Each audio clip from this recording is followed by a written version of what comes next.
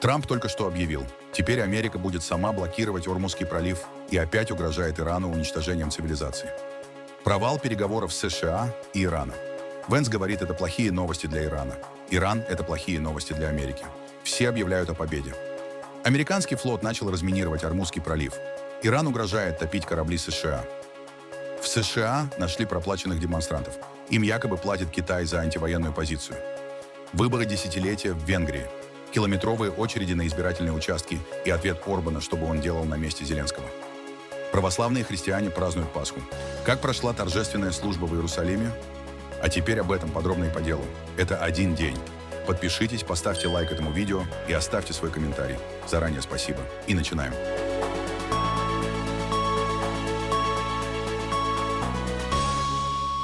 Президент США Дональд Трамп заявил, что американские военно-морские силы немедленно начнут блокаду Ормузского пролива и будут перехватывать суда в международных водах, если они платили сборы Ирану.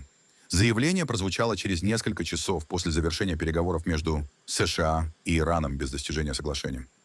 Иран пообещал открыть Ормузский пролив и сознательно не сделал этого. Это вызвало тревогу, дезорганизацию и страдания у множества людей и стран по всему миру. Они говорят, что установили мины в воде, хотя весь их флот и большинство их минных постановщиков были полностью уничтожены. Возможно, они это сделали, но какой судовладелец захочет рисковать? Это серьезный позор и постоянный ущерб репутации Ирана и того, что осталось от их лидеров.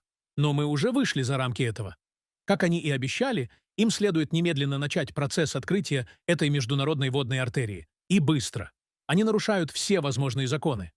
Я был полностью проинформирован вице-президентом Джей Ди Венсом, специальным посланником Стивом Уиткофом и Джаредом Кушнером о встрече, состоявшейся в Исламабаде под доброжелательным и очень компетентным руководством фельдмаршала Асима Мунира и премьер-министра Пакистана Шехбаза Шарифа. Это выдающиеся люди, и они постоянно благодарят меня за то, что я спас от 30 до 50 миллионов жизней в войне с Индией, которая могла бы стать ужасной. Я всегда ценю такие слова. Масштаб проявленной человечности трудно осознать. Переговоры с Ираном начались рано утром и продолжались всю ночь, почти 20 часов. Я мог бы подробно рассказать о многом, чего удалось добиться, но есть только одно, что имеет значение. Иран не готов отказаться от своих ядерных амбиций. Во многом достигнутые договоренности лучше, чем продолжение военных операций до конца. Но все это не имеет значения по сравнению с тем, что ядерная мощь окажется в руках столь нестабильных, сложных и непредсказуемых людей. Мои 3 представителя за это время, что неудивительно, стали очень дружелюбными и уважительными по отношению к представителям Ирана – Мохаммаду Багеру Галибафу, Аббасу Аракчи и Али Багери. Но это не имеет значения, потому что они проявили полную неуступчивость по самому важному вопросу. И, как я всегда говорил с самого начала и много лет назад, Иран никогда не получит ядерное оружие. Итак, вот что мы имеем. Встреча прошла хорошо. По большинству пунктов достигнуты договоренности, но по единственному действительно важному пункту, ядерному, нет. С этого момента военно-морские силы Соединенных Штатов, лучшие в мире, начинают процесс блокады всех судов, пытающихся войти в Ормузский пролив или выйти из него. В какой-то момент мы придем к режиму «всем разрешено входить, всем разрешено выходить». Но Иран не позволил этому случиться, просто заявляя, что где-то там может быть мина, о которой никто, кроме них, не знает. Это мировое вымогательство, и лидеры стран, особенно Соединенных Штатов Америки, никогда не поддадутся вымогательству. Я также распорядился, чтобы наш флот выявлял и перехватывал в международных водах каждое судно, заплатившее Ирану пошлину. Никто, кто платит незаконные сборы, не получит безопасного прохода в открытом море. Мы также начнем уничтожать мины, которые иранцы установили в проливе. Любой иранец, который откроет огонь по нам или по мирным судам, будет уничтожен. Иран лучше, чем кто-либо, знает, как прекратить эту ситуацию, которая уже разрушила их страну. Их флот уничтожен, их военно-воздушные силы уничтожены, их системы ПВО и радары бесполезны, Хамейни и большинство их лидеров мертвы. Все из-за их ядерных амбиций. Блокада начнется в ближайшее время. Другие страны также примут участие в этой блокаде. Ирану не позволят извлекать выгоду из этого незаконного акта вымогательства. Им нужны деньги и, что еще важнее, ядерное оружие. Кроме того, в подходящий момент мы полностью готовы к действию, и наши вооруженные силы завершат уничтожение того немногого, что осталось от Ирана. Президент Дональд Джей Трамп. Чуть позже в интервью Fox News Дональд Трамп уточнил, что его угроза Ирану уничтожить древнюю цивилизацию остается в силе. Мы собираемся ввести блокаду. Это займет немного времени, но довольно скоро она станет эффективной. Вчера у нас были переговоры. Как вы сказали, они длились 21 час. Это была долгая встреча. У нас были очень сильные представители. Как вы знаете, Джей Ди, Стив и Джаред. Мы были хорошо представлены. Но мы не достигли результата по ключевому вопросу. Они хотят иметь ядерное оружие. У них не будет ядерного оружия. Я говорю это уже 30 лет. Я бы никогда этого не допустил еще до того, как занялся политикой. И у этой страны не будет ядерного оружия. Вообще, большинству стран не следует его иметь. Но у этой страны его точно не будет. Скажу вам так. Это заявление привело их за стол переговоров, и они оттуда не уходят. Они не уходят из переговоров. Я прогнозирую, что они вернутся и дадут нам все, что мы хотим. И я говорю своим людям, я хочу все. Мне не нужно 90%. Мне не нужно 95%. Я сказал им, я хочу все. И скажу вам, раз уж мы об этом говорим, мы очень разочарованы НАТО. Очень разочарованы тем, что они не пришли. А теперь они хотят прийти и помочь с проливом. И очистить его не займет много времени. Так что мы очистим пролив. И им вскоре можно будет пользоваться. Но у нас были очень интенсивные переговоры, и к концу они стали очень дружелюбными, и мы получили практически все, что нам было нужно, за исключением того, что они отказались отказаться от своих ядерных амбиций. И это, честно говоря, для меня был самый важный пункт. Безусловно, самый важный. Нам нужно пересмотреть отношения НАТО, потому что их не было рядом с нами. И скажу вам, я говорю это уже 25 лет, их не было рядом с нами, и их не будет рядом с нами. Их не было рядом с нами. Это просто военная операция. Для нас это несложно. Мы намного сильнее. Если они не откажутся от этих усилий, это и есть план. Вы продолжите уничтожать Иран? Да, продолжу. Если они не откажутся от этого плана, да. Переговоры США и Ирана в Исламабаде провалились. Ночью планировалось, что консультации продолжатся в воскресенье в полдень по местному времени. Однако утром вице-президент США Джей Ди Венс покинул Пакистан. На авиабазе Нурхан в Равалпинди Венса провожало руководство Пакистана и представители посольства США. Эти переговоры называют марафонскими. Консультации длились более 20 часов. Это был первый контакт между Соединенными Штатами и Ираном на таком высоком уровне, начиная с 1979 года. После революции и захвата власти исламистами и последующего захвата заложников в американском посольстве. Однако эти переговоры завершились безрезультатно. Иранская делегация также покинула Исламабад. По данным иранских СМИ, Тегеран пока не планирует новый раунд переговоров. Близкие к переговорам источники заявляют, Иран не спешит и не намерен менять ситуацию вокруг Ормузского пролива, пока США не предложат разумные условия. Оценки сторон диаметрально противоположны. За несколько часов до того, как вице-президент США вместе с делегацией покинул Исламабад, президент Дональд Трамп оценивал ход переговоров вот так. Да, я получаю много сообщений. Они ведут переговоры уже много часов, как вы, вероятно, заметили. Посмотрим, что будет. Слушайте, в любом случае мы выигрываем. Независимо от того, что произойдет, мы выиграли. Мы полностью разгромили эту страну. Так что посмотрим, что будет дальше. Может, они заключат сделку, может, нет. С точки зрения Америки, мы будем в выигрыше. И вот что происходит. Суда идут и направляются в нашу страну. Большие красивые танки. И мы загружаем их нефтью, газом и всем остальным. И это довольно впечатляющее зрелище. Венс назвал итог переговоров плохими новостями для Ирана. В Тегеране же считают, что провал переговоров – удар по позициям Вашингтона. Ситуация ставит под вопрос хрупкое перемирие и сохраняет риски для глобальных поставок нефти, которые напрямую зависят от безопасности в Ормузском проливе. В Белом доме заявляют, что их финальное предложение остается в силе, однако перспективы возобновления диалога остаются неопределенными. Вице-президент США Джей Ди Венс подвел итоги переговоров с Ираном в Исламабаде. Соглашения нет, несмотря на 21 час интенсивных консультаций. И это плохая новость прежде всего для Тегерана, а не для Вашингтона. Доброе утро всем. Позвольте выразить несколько слов благодарности. Прежде всего, премьер-министру Пакистана и фельдмаршалу Муниру, которые были замечательными хозяевами. И какие бы ни были недостатки в переговорах, это не по вине пакистанской стороны. Они проделали отличную работу и действительно пытались помочь нам и иранцам сократить разрыв и прийти к соглашению. Мы работаем уже 21 час. У нас было несколько содержательных обсуждений с иранцами. Это хорошая новость. Плохая новость в том, что мы не достигли соглашения. И я думаю, что эта плохая новость для Ирана гораздо больше, чем для Соединенных Штатов Америки. Поэтому мы возвращаемся в США, не достигнув соглашения. Мы очень четко обозначили, где проходят наши красные линии, в каких вопросах мы готовы пойти им навстречу, а в каких нет. Мы сделали это максимально ясно, насколько это было возможно, и они решили не принимать наши условия. Вопросы? Ник Робинсон, CNN. Конкретно, что именно они отвергли? Можете немного пояснить? Я не буду вдаваться во все детали, потому что не хочу вести переговоры публично после 21 часа закрытых переговоров. Но суть в том, что нам нужно увидеть четкое обязательство с их стороны не стремиться к созданию ядерного оружия и не стремиться к получению средств, которые позволят им быстро его создать. Это ключевая цель президента Соединенных Штатов, и именно этого мы пытались добиться в ходе переговоров. Повторю, их ядерная программа, в том виде, в каком она была, объекты по обогащению, которые у них были ранее, разрушены. Но главный вопрос остается. Увидим ли мы фундаментальное политическое обязательство со стороны Ирана не разрабатывать ядерное оружие не только сейчас, не только через 2 года, но и в долгосрочной перспективе? Пока мы этого не увидели. Надеемся, что увидим. Джен. Есть ли хотя бы рамочная договоренность по каким-то вопросам? И обсуждались ли замороженные иранские активы? Удалось ли прийти к каким-то выводам по этому поводу? Мы обсуждали все эти вопросы, Джен, а также ряд других. Так что да, это поднималось. Но опять же, мы просто не смогли выйти на ситуацию, в которой иранская сторона была бы готова принять наши условия. Я считаю, что мы проявили значительную гибкость, были достаточно уступчивы. Президент сказал нам: действуйте добросовестно и приложите максимум усилий для достижения сделки.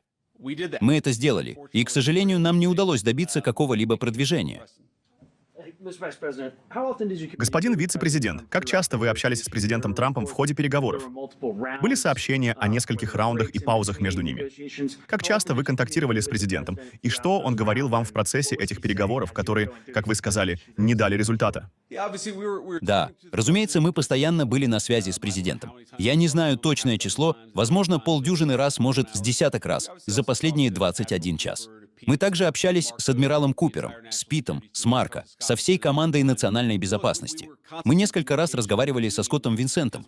В общем, мы постоянно находились на связи с командой, потому что вели переговоры добросовестно. И мы уходим отсюда с очень простым предложением, с формулой понимания, которая является нашим окончательным и лучшим предложением. Посмотрим, будет ли оно принято. Спасибо. Вы сегодня общались с министром иностранных дел Нетаньяху. Что насчет Ормузского пролива? Давали ли они какие-либо сигналы относительно состояния здоровья верховного лидера? Соединенным Штатам не удалось завоевать доверие иранской делегации на переговорах в Исламабаде, заявил глава иранской переговорной группы Мохаммад Багир Галибаф. Перед переговорами я подчеркнул, что у нас есть необходимая добрая воля и решимость, однако, исходя из опыта 2 предыдущих войн, у нас нет доверия к другой стороне. Мои коллеги в иранской делегации представили инициативы, ориентированные на будущее, но в итоге другая сторона в этом раунде переговоров не смогла заслужить доверие иранской делегации. Соединенные Штаты поняли нашу логику и принципы, и теперь настало время решить, способны ли они завоевать наше доверие или нет. Мы рассматриваем дипломатию силы как еще один метод, наряду с военной борьбой для обеспечения прав народа Ирана, и ни на мгновение не прекратим усилия по закреплению достижений 40 дней национальной обороны иранцев. Я также благодарю дружественную и братскую страну Пакистан за содействие в проведении этих переговоров и передаю привет народу Пакистана. Иран — это единый организм из 90 миллионов человек. Я благодарю весь героический народ Ирана, который, следуя указаниям верховного лидера и выходя на улицы, поддержал своих детей и сопровождал нас своими молитвами. Также говорю «молодцы» моим коллегам за эти интенсивные 21 час переговоров. Да здравствует и процветает дорогой Иран. Вот как прокомментировал провал переговоров между США и Ираном пресс-секретарь иранского МИДа Эсмаил Багаи. Мы достигли понимания по ряду вопросов. Это реальность. Однако по 2 или 3 важным темам позиции оставались далеки друг от друга и в итоге не привели к соглашению. Это текущий статус, который я могу вам сообщить. Дипломатия никогда не заканчивается. Дипломатия всегда остается инструментом обеспечения и защиты национальных интересов. И дипломаты должны выполнять свой долг при любых обстоятельствах, будь то война или мир. Этот раунд переговоров состоялся после более чем 40 дней. 40 дней навязанной войны. И спустя несколько дней после прекращения огня в атмосфере, наполненной не столько недоверием, сколько подозрительностью и недоброжелательностью. В любом случае, американская сторона вместе с сионистским режимом уже во второй раз за 9 месяцев совершила военную агрессию против Исламской Республики Иран. Поэтому изначально не следовало ожидать, что мы сможем прийти к соглашению за одну встречу. Не думаю, что у кого-то были такие ожидания, несмотря на то, что я говорил, эта встреча была самой продолжительной за последний год. На этот раз в повестку переговоров были включены новые темы, такие как Ормузский пролив или регион Персидского залива.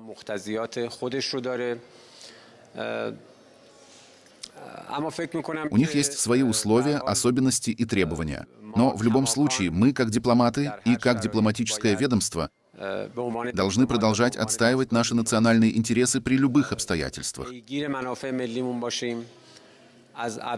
используя различные инструменты для защиты безопасности, прав и интересов народа Ирана. Контакты и консультации между Исламской Республикой Иран, Пакистаном и другими дружественными странами региона будут продолжены. Дипломатия, наряду с другими институтами власти, вместе с нашим народом и вместе с защитниками страны, готова к любому сотрудничеству и любым жертвам ради защиты интересов и национальной безопасности государства. На фоне провала переговоров США и Ирана в Пакистане президент Дональд Трамп провел вечер на турнире UFC, абсолютного бойцовского чемпионата в Майами. Как известно, смешанные единоборства и бои без правил – одни из любимых видов спорта Дональда Трампа. После гольфа, разумеется. После появления Трампа на трибунах госсекретарь Марко Рубио наклонился к президенту и что-то тихо сказал. Трамп кратко ответил, затем повернулся к трибунам и поприветствовал публику. Ранее, перед вылетом в Майами, Трамп заявил журналистам, что исход переговоров для него не имеет значения. Позже Рубио появился на экранах арены уже после того, как стало известно о провале переговоров с Ираном, о котором сообщил вице-президент Джей Ди Венс. Два американских эсминца, вооруженные управляемыми ракетами, начали операцию по разминированию Ормузского пролива. Об этом сообщило Центральное командование США. По данным Пентагона, USS Фрэнк И. Питерсон и USS Майкл Мерфи прошли через пролив и действуют в Персидском заливе в рамках миссии по очистке акватории от морских мин, ранее установленных, как утверждается, подразделениями Корпуса стражей Исламской революции Ирана. Командующий Центком адмирал Брэд Купер заявил, что начато формирование нового безопасного маршрута для судоходства, который будет передан международной морской отрасли для восстановления свободного движения коммерческих грузов. По данным CNN, после объявления перемирия через пролив прошли лишь около 30 судов. Несмотря на попытки стабилизировать ситуацию, угроза сохраняется. Помимо мин остается риск ракетных ударов, что осложняет обеспечение безопасности пролива. Ранее Дональд Трамп заявил, что США начинают процесс очистки Ормузского пролива, назвав это услугой миру. Мы побеждаем, вне зависимости от всего. Мы разгромили их в военном плане. Они сбросили пару мин. Вы называете это морскими противокорабельными минами. Мы уничтожили все их морские суда тоже. Их флот исчез, 158 кораблей. У них 28 минных тральщиков, там так их называют. Все они потоплены. Вероятно, в воде остались еще парочка мин. У нас там работают тральщики, мы очищаем пролив. Помимо этого, мы ведем переговоры. Заключим мы сделку или нет, для меня это не имеет значения. И теперь все, что мы делаем. Мы просто открываем пролив, хотя сами мы им не пользуемся, потому что есть много других стран в мире, которые его используют. Но они либо боятся, либо слабы, либо экономят. Я не знаю, в чем причина, но нам не помогали в НАТО. Это я могу точно сказать. В городе Плано в Техасе прошла акция сторонников смены режима в Иране. Участники развернули флаги шахского Ирана, а также символику США и Израиля. Организаторы заявили, что выступают за полный крах Исламской Республики и считают переговоры с действующими властями Ирана бесперспективными, поскольку они лишь сохраняют текущую систему. Мы надеемся на полный крах Исламской Республики. Мы считаем, что переговоры с Исламской Республикой лишь сохранят проблему в этом регионе и в стране. Мы считаем, и народ Ирана хочет полного краха исламского режима. Никаких переговоров с теми, кто останется от режима. Мы хотим, чтобы принц Реза Пехлеви стал переходным лидером, чтобы Иран мог провести свободные и честные выборы и определить будущее своего правительства. Потому что, к сожалению, режим встретил этих людей 8 и 9 января, которые вышли миллионами, пулями, автоматами, пулеметами. За 2 дня погибло 45 тысяч человек. Мы никогда не видели ничего подобного. Поэтому наша обязанность как диаспоры — быть их голосом, выступать за полный крах режима, чтобы принц Реза Пехлеви мог стать переходным лидером. Я не верю, что это удержится. И я думаю, что Соединенные Штаты достаточно умны, эта администрация достаточно умна, и Израиль достаточно умен, и иранский народ уже принял решение, несмотря ни на что. Получим ли мы больше помощи от США или Израиля, или нет? Иранский народ полон решимости покончить с этим режимом. А тем временем телеканал Fox News заявил, что организаторы других митингов против войны с Ираном финансируются из Китая и Ирана. Если говорить о подрыве влияния, то это не только влияние Китая на Ближнем Востоке вызывает обеспокоенность. Как сообщает корреспондент Fox News Асра Намани, сеть профессиональных протестных групп с пророссийской и прокитайской ориентацией, финансируемых Невиллом Ройсом, американским технологическим магнатом, живущим в Китае, организует в Америке массовые мобилизации по принципу быстрого реагирования. Эти группы проводят демонстрации против войны, чтобы изменить общественные настроения и оказать давление на президента Трампа, заставляя его пойти на уступки требованиям Ирана. Очевидно, у них есть все время мира, чтобы этим заниматься. Многие из этих людей выглядят как вполне трудоустроенные. Но влияние здесь, в контексте протестов, очень реальное. Здесь, в Нью-Йорке, мы это часто видим. Они постоянно мобилизуются, выглядят хорошо финансируемыми. У них качественные плакаты и хорошая организация.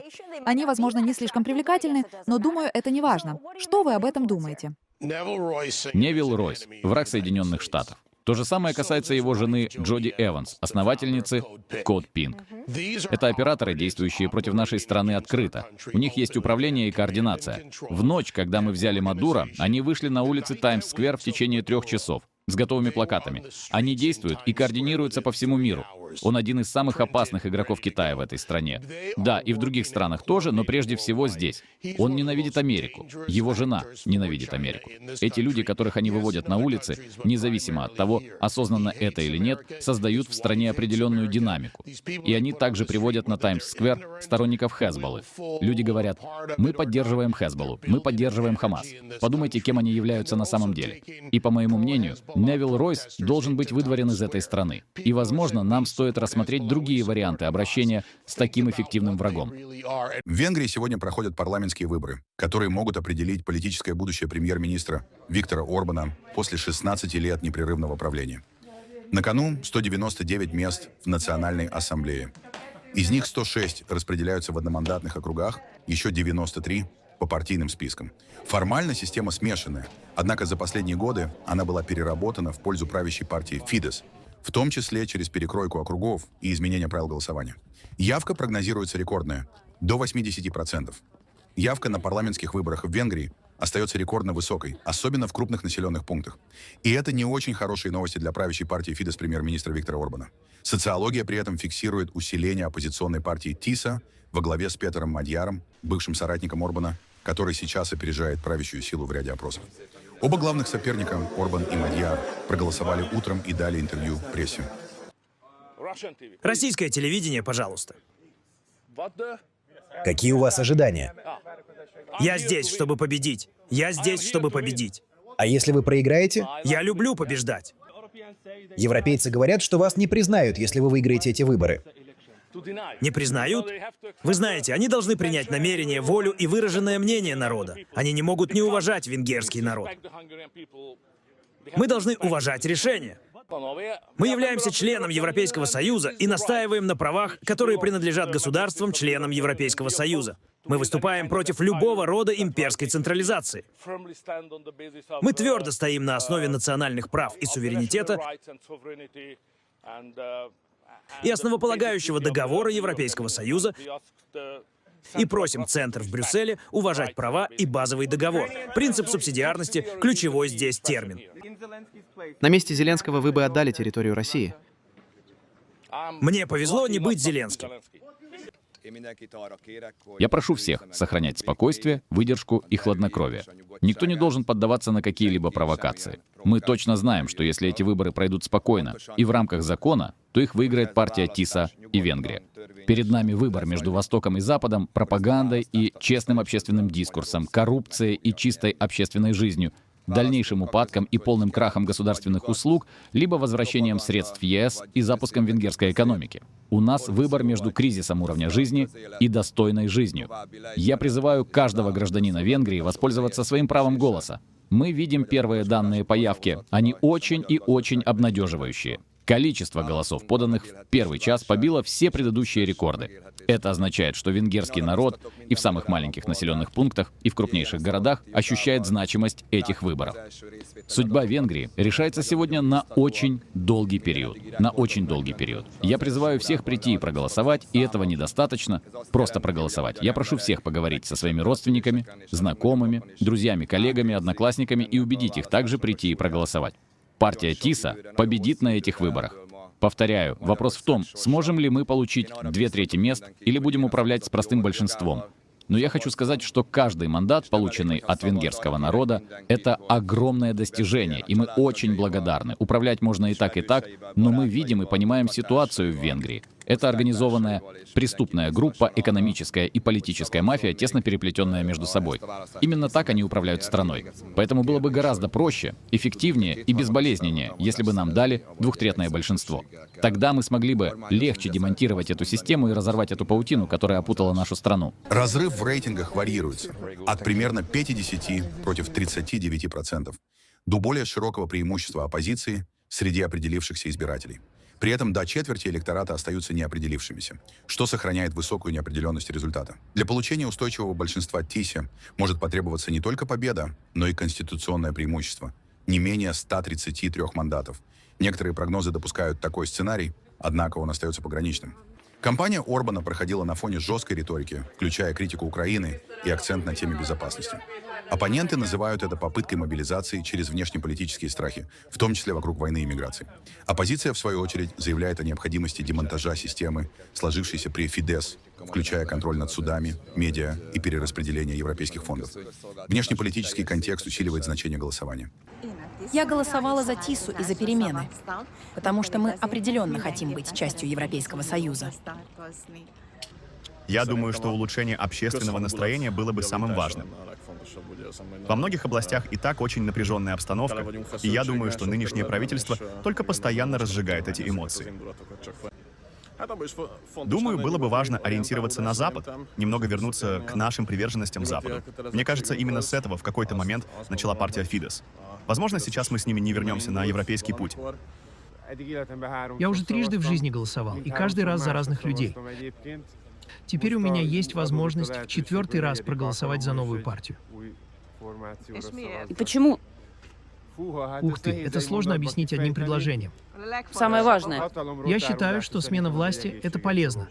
В Венгрии нет дня тишины и запрета на агитацию ни накануне голосования, ни даже в день выборов. Поэтому прямо по дороге на избирательный участок можно увидеть акции протеста за и против действующего премьер-министра. Эти участники, например, держат плакаты с надписями «Товарищ Конец», «До свидания» и посадочным талоном на самолет до Москвы на имя Виктора Орбана. Главный вопрос этих выборов, или реальный вопрос этих выборов, Европа или Россия?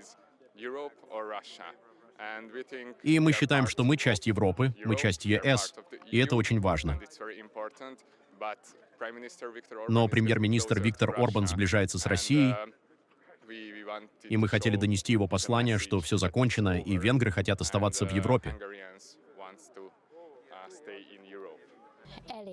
Есть довольно много проблем. Я считаю важной борьбу с коррупцией, а также считаю важным то, каким будет будущее моих внуков. И чтобы мы снова могли без стыда воспринимать, что мы, граждане Венгрии, и больше не стесняться в этом признаться за границей. Я считаю очень важным сохранить те ценности, которые уже сформировались. Поэтому я бы очень хотела, чтобы все результаты, достигнутые в последние годы, сохранились. И я ужасно боюсь войны. Поэтому я очень надеюсь, что усилия, приложенные до сих пор, будут продолжены. Венгрия неоднократно блокировала или замедляла решения Евросоюза по Украине и санкционной политике, используя право вето. На этом фоне голосование рассматривается в Европе как один из ключевых политических тестов года, с потенциальными последствиями для баланса сил внутри Евросоюза. Православные христиане и католики восточного обряда сегодня празднуют Пасху. Светлое Христово воскресенье. Патриарх Иерусалимский Феофил III возглавил пасхальную литургию в храме гроба Господня в Иерусалиме. Верующие, пришедшие на службу, говорили о радости от возможности попасть в храм на фоне двухнедельного перемирия в войне с Ираном. Православные христиане собрались в храме, расположенном в христианском квартале старого города Восточного Иерусалима, одном из ключевых святых мест для христиан всего мира.